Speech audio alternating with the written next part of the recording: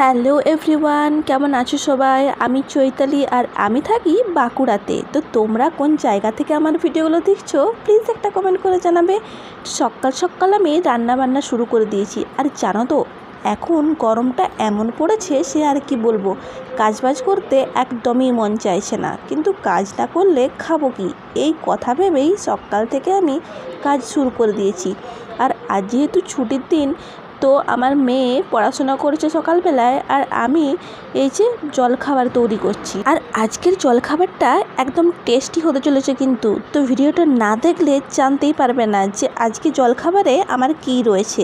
এখানে 4টি মাছ ছিল, তো সেগুলোই আমি ভালো করে পরিষ্কার করে ধুয়ে নিয়ে এই যে অল্প একটু নুন আর হলুদ মাখিয়ে নেব। আর মাখানোর পরেই চলে যাব গ্যাসের কাছে, কারণ মাছটা ভেজে না নিলে হবে না। আমরা যেহেতু 3 জন খাবার লোক, ওই জন্য 3 পিসে মাছ নিলাম। বাকি মাছটা ভাজা হয়নি, ওই ফ্রিজে রেখে দিয়েছি, যদি দরকার হয় তবে বের করে নেব। এদিকে আমার কড়াইটাও গরম হয়ে গেছে, আর একে একে আমি 3 পিস মাছ ভেজে নিচ্ছি।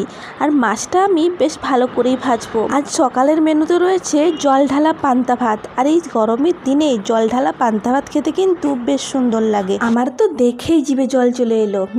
আর তোমার?